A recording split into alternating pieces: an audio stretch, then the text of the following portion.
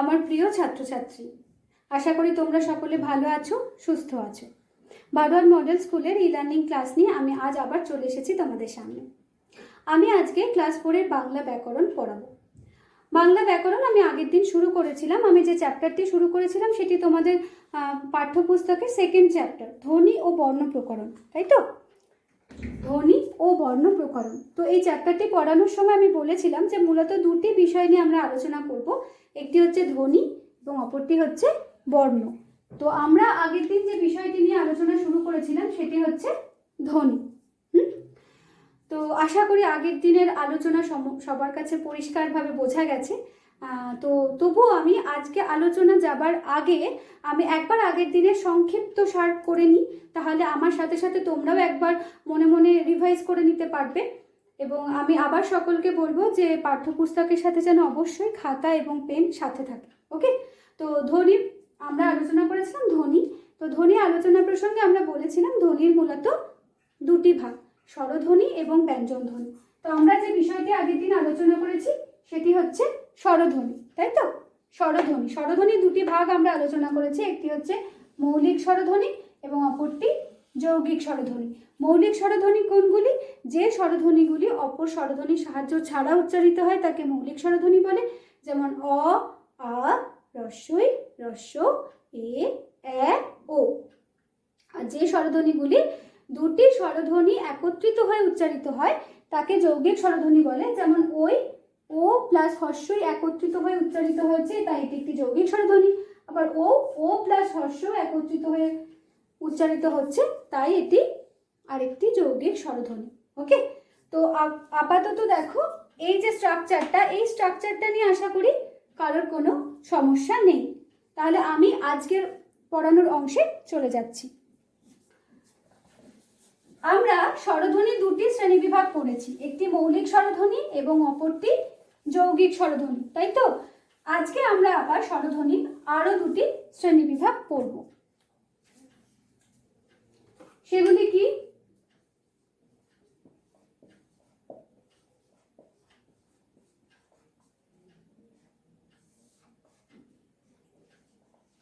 একটি হচ্ছে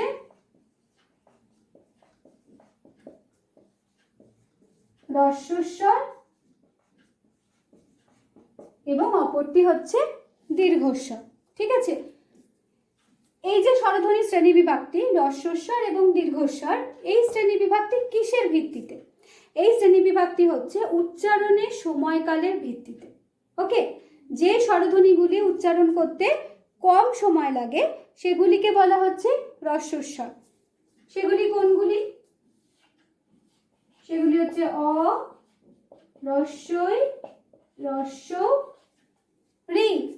ওকে, অ, রস্বই, রস্ব, রি। আর দীর্ঘস্বর কোনগুলি? যে স্বরধ্বনিগুলি উচ্চারণ করতে হ্রস্বস্বর অপেক্ষা বেশি সময় লাগে সেগুলি হচ্ছে দীর্ঘস্বর। তাহলে দেখে নিই দীর্ঘস্বর কোনগুলি। আ, দীর্ঘই, দীর্ঘ, এ, ওই, ও, ও। আ, আ, দীর্ঘই, দীর্ঘ, এ, ওই, ও। ঠিক আছে, এই সাতটি হচ্ছে দীর্ঘস্বর, কারণ এই সাতটি ধ্বনি উচ্চারণ করতে এদের তুলনায় বেশি সময় লাগে। এই হ্রস্বস্বর এবং দীর্ঘস্বর আলোচনার পরে আমরা এই প্রসঙ্গে আরেকটি স্বরের নাম জানতে পারি। সেটি কি বলতো? সেটিকে বলা হচ্ছে প্লুত স্বর। সেটিকে বলা হচ্ছে প্লুতস্বর। ওকে, প্লুতস্বরটা কি? ধরো কাউকে আহ্বান করার সময় বা দূর থেকে ডাকার সময়, গান গাইবার সময় শব্দস্থিত শেষ স্বরধ্বনি মানে শব্দে অবস্থিত শেষ স্বরধ্বনিটিকে টেনে বলার যে প্রবণতা লক্ষ্য করা যায় এবং তার ফলে যে স্বরের সৃষ্টি হচ্ছে সেইটাকে বলা হচ্ছে প্লুতস্বর। ঠিক আছে, যেমন হচ্ছে ধরো তোমাদের বইতে এই এক্সাম্পলটা রয়েছে,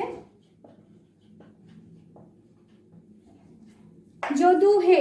ওকে, ধরো দূরে যদু যাচ্ছে, আমি যদুকে ডাকছি যদু হে। এই যে হে পরে হে, এই যে টানটা মানে এই হে সাথে কোন স্বরধ্বনিটি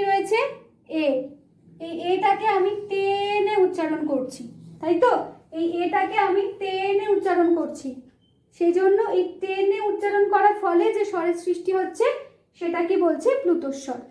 ঠিক আছে, যেমন ধরো একটা খুব কমন উদাহরণ দিচ্ছি, যেটা আমরা সব সময় করে থাকি।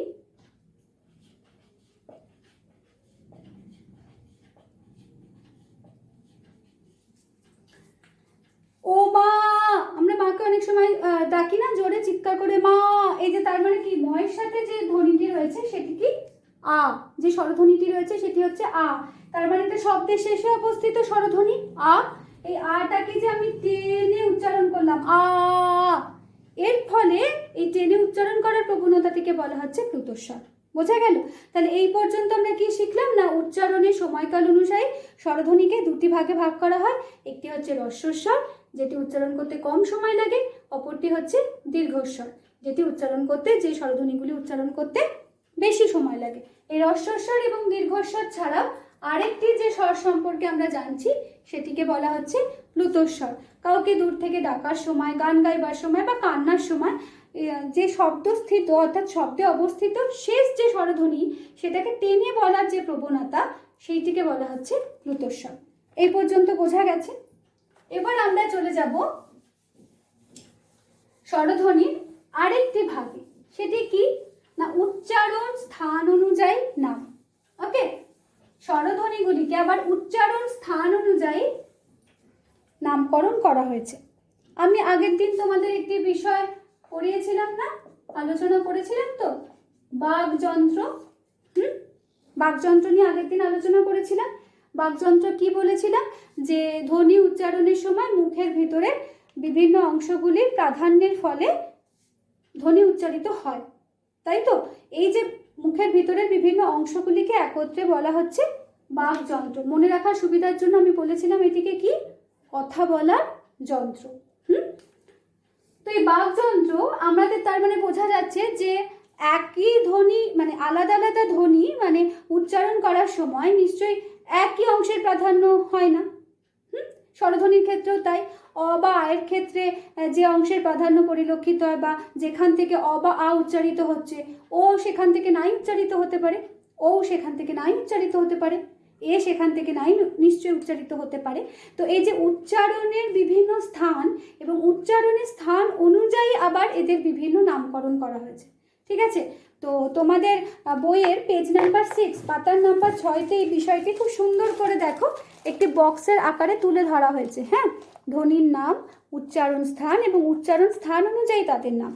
কিন্তু তবুও আমি একবার বোর্ডে আর একবার আলোচনা করছি, বিষয়টি ভালো করে বুঝিয়ে দিচ্ছি, একটু ভালো করে খেয়াল করো। প্রথমে আমি যেটি করব সেটি হচ্ছে তিনটি ভাগ। একটা হচ্ছে ধ্বনি, একটা হচ্ছে উচ্চারণ স্থান,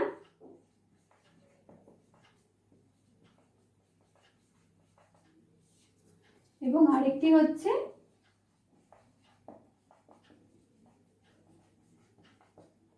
উচ্চারণ স্থান অনুযায়ী নাম।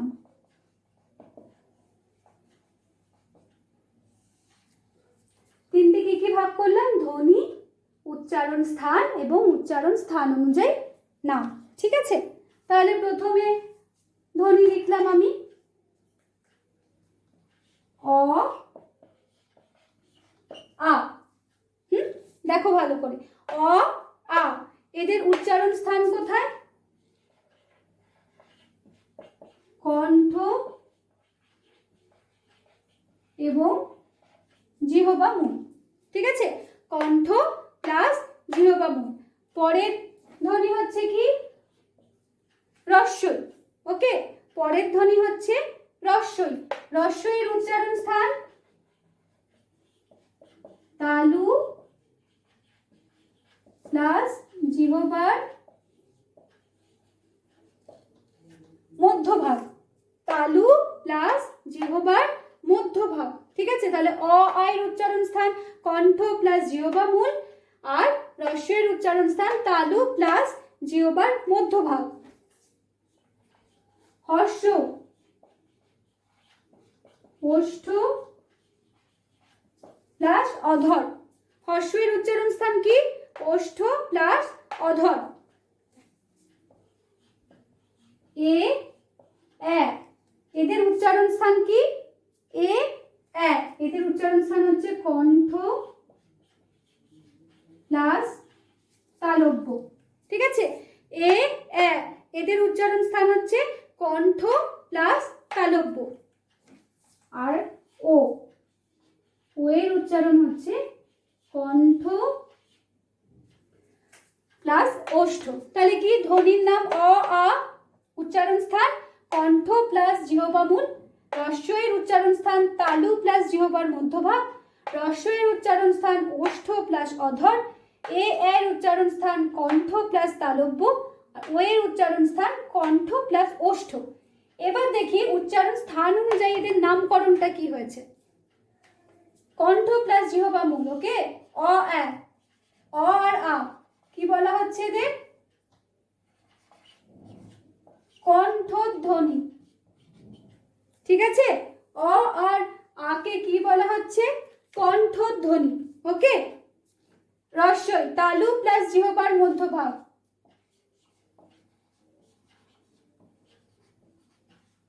কি বলা হচ্ছে?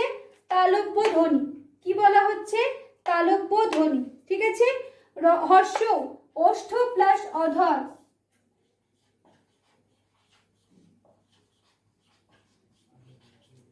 কি বলা হচ্ছে? ওষ্ঠধ্বনি। ঠিক আছে, এ এ কণ্ঠ প্লাস তালব্য,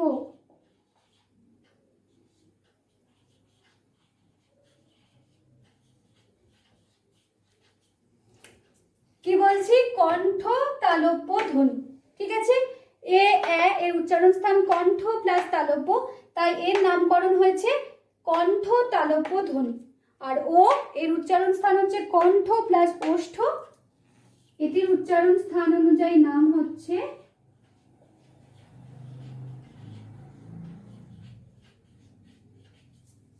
কণ্ঠস্থ ধ্বনি।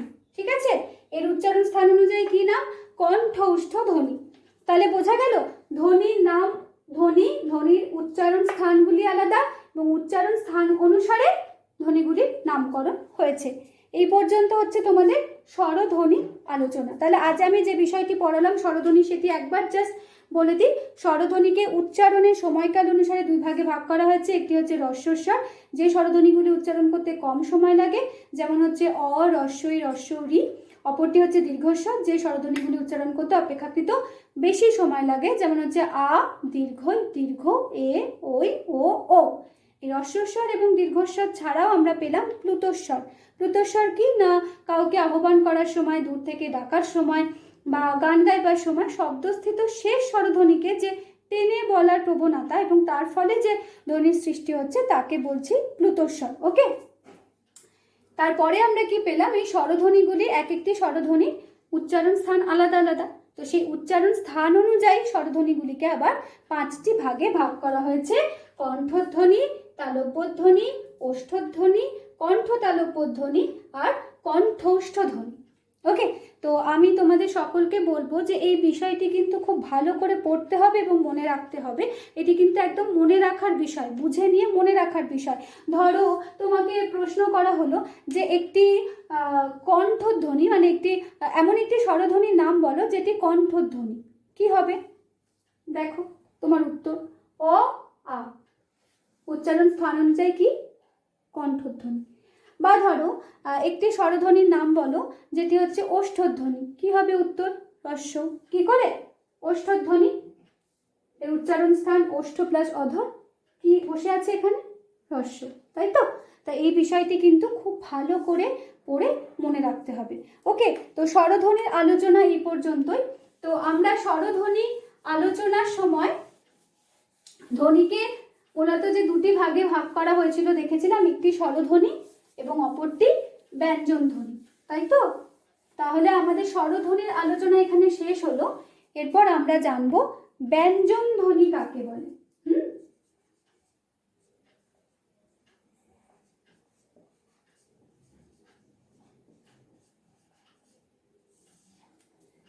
ব্যঞ্জন ধ্বনি কাকে বলে? ব্যঞ্জন ধ্বনি কাকে বলে? যে ধ্বনিগুলি উচ্চারণের সময় অপর কোনো স্বরধ্বনির সাহায্য ছাড়া উচ্চারিত হতে পারে না, সেই ধ্বনিগুলিকে ব্যঞ্জন ধ্বনি বলে। কাকে বলে?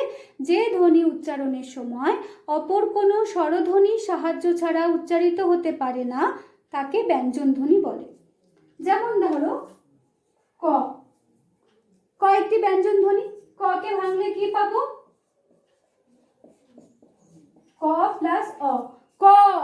অটা যে উচ্চারণ হচ্ছে, অ ছাড়া ক উচ্চারণ হতে পারে? পারে না। যেমন হচ্ছে ব, ব প্লাস অ, বোঝা গেল? ক, চ, ট, ত, প, ফ, ব সবই হচ্ছে ব্যঞ্জন ধ্বনি। বাংলায় 30টি ব্যঞ্জন ধ্বনি রয়েছে, ঠিক আছে? বাংলায় মোট ব্যঞ্জন ধ্বনির সংখ্যা হচ্ছে 30। কোনগুলিকে ব্যঞ্জন ধ্বনি বলছে সেটাও দেখো, তোমাদের এই 6 নম্বর পাতায় বক্সের মধ্যে রয়েছে। তবু আমি আরেকবার তোমাদের বোর্ড থেকে দেখার সুবিধার জন্য আমি আরেকবার তোমাদের লিখে দিচ্ছি কোনগুলিকে বলছে বাংলায় ব্যঞ্জন ধ্বনি।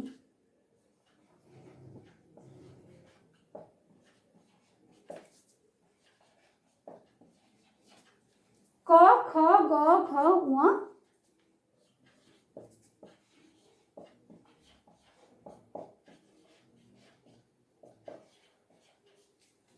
চ, ছ বর্গীয় জ, ঝ, ট,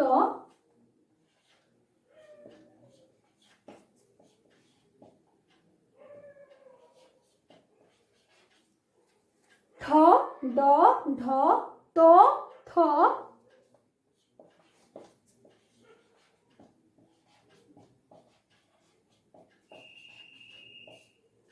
দ, ধ, দন্তের ন, প, ফ,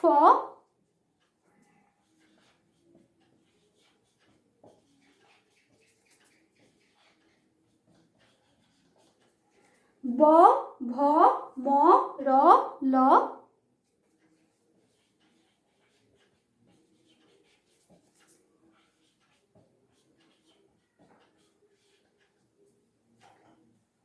তালবস্য দন্তেশ্ব হ, দয় শূন্য র, ধয় শূন্য র। ঠিক আছে? তাহলে এই 30টা হচ্ছে বাংলার ব্যঞ্জন ধ্বনি। তো পরের দিন আমরা আলোচনা করব ব্যঞ্জন ধ্বনি শ্রেণীবিভাগ। ঠিক আছে? আজকে তাহলে তোমাদের 6 নম্বর পাতাটাই পড়া রইল। আশা করব এই পড়াটাও তোমরা তৈরি করে রাখবে। তো পরের দিন আমরা ব্যঞ্জন ধ্বনির যে শ্রেণীবিভাগ রয়েছে, ব্যঞ্জন ধ্বনিকে আবার কী কী ভাগে ভাগ করা হয় সেটা নিয়ে আমরা ডিটেলে পরের দিন আলোচনা করব। তো সবাই পড়া তৈরি করে রাখবে, সুস্থ থাকবে, ভালো থাকবে। Thank you.